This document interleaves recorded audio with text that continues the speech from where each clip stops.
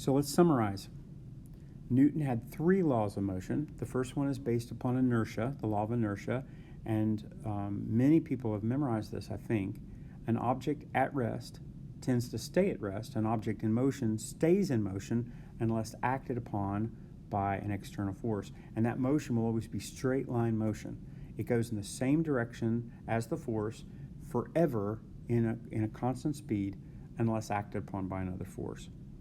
The second one is the law of acceleration, and that is that the acceleration is rooted in the ratio between the force and the mass. The bigger the mass, the smaller the acceleration. The smaller the mass, the greater the acceleration. And then Newton's third law is the law of action and action, and that is for every action there's an equal and opposite reaction. Come to the idea of a vector. A vector has 2 parts. A vector has a magnitude. Okay, so like let's say I'm going 30 miles an hour. That's a magnitude. That's how much I'm going. And it also has a direction. So if you have a velocity, for instance, which is a vector quantity, you can go 30 miles an hour east. Okay, if you know that it's 30 miles an hour and you know that I'm going in a certain direction, then you could plot my progress. You could say, where did I start, where did I stop?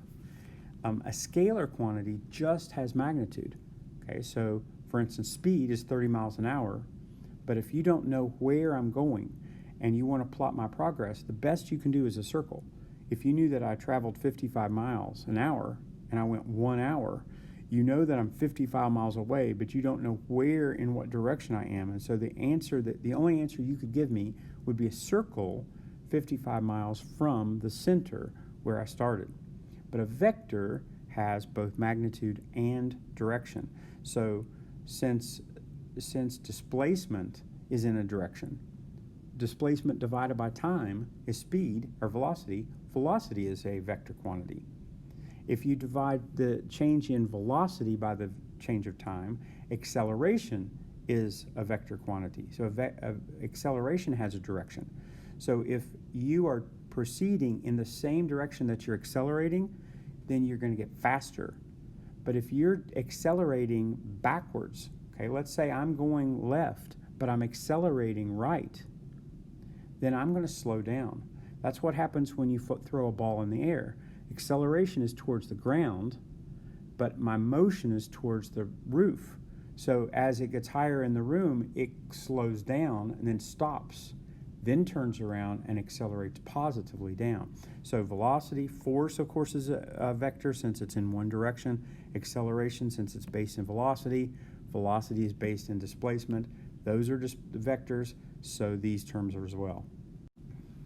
Let's imagine that 2 of us are pushing on the same object. Okay, I push at a certain angle with a certain amount of force. You push a box from a different angle with the same degree of force.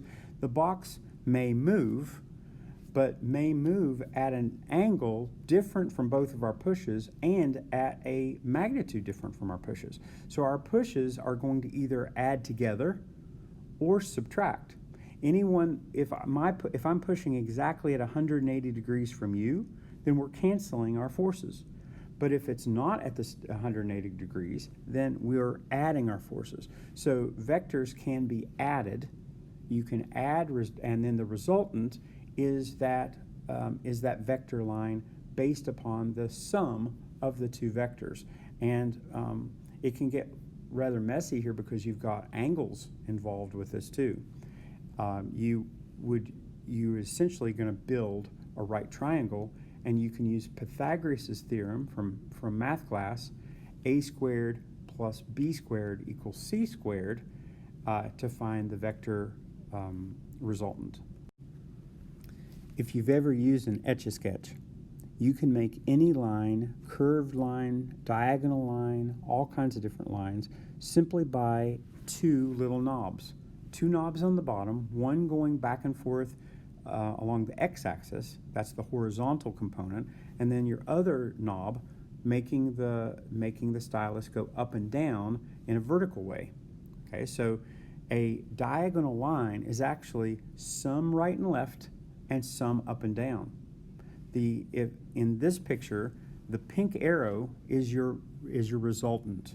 That's the velocity that you're actually throwing a rock. I'm throwing it in a certain direction. But you can break that apart into how much of that direction is going straight out and how much of that direction is going straight up. I like to do this with geometry. Just draw a picture, okay? Not always possible if I'm actually throwing a rock, okay? I would actually need to know angles and stuff like that and use trigonometry. But if I have a picture, I'm just simply going to say the out part from where I started to where it ended is my x component. That's my horizontal component. The height of that arrow from where it started to the height of where it ended is my y component. So that pink arrow is made up of a small blue line forward, okay, so some of that arrow is going forward, and a larger blue line upward, some of that line is going upward. Now whatever I throw up is going to get canceled because the earth is pulling and it would eventually arc up to a 0 point, the rock stops, and then starts falling back. So it'll eat up all my vertical, but whatever my horizontal was will show up, and we can find out how far I threw the rock. So if I know how fast I threw the rock and I know the angle that I threw it at, then I can figure out how forward that rock is going to fall. I can figure out its distance before it hits the ground again. This is Nellie Newton, okay? I like Nellie Newton. Nellie Newton is hanging, and you've got tension in these wires. So you've got a force in the string. There's a tightness of the string. That's a force of the tension in that string. And it shows two scales so they can be measured, okay? Which has the greater tension? Okay, she has a weight that's going down, okay, but when it gets to the ring, it's now going to be split into two parts. You can still split this up just like we threw the rock and split up the rock. You can say that part of that string is going to be a force straight up, and part of that string is a force sideways. Okay, so you can make a triangle just like you made a triangle before, and from that triangle you can figure out what is her straight up force and what is her sideways force, and then you could figure out what is the spring reading. If I knew the angle, what's the spring reading on the right, what's the spring reading on the left, in order to determine what's the tension in the rope. So here's how to solve that question with just pictures. If the red down arrow is her weight, which is a force, and the red up dashed arrow is what the ring is exerting on her body, so that's the force of tension between these two ropes, then I can simply draw a square just like I did with throwing a rock, and figure out that the one to the left is the same as the short side of that green box, and the one to the right is the same as that long side of that green box. And so most of her weight is being held by the one closest to her, and a little bit of the weight is being held by the other spring. So if you were recording these two, you'd have a high number on her left hand and a low number on her right side.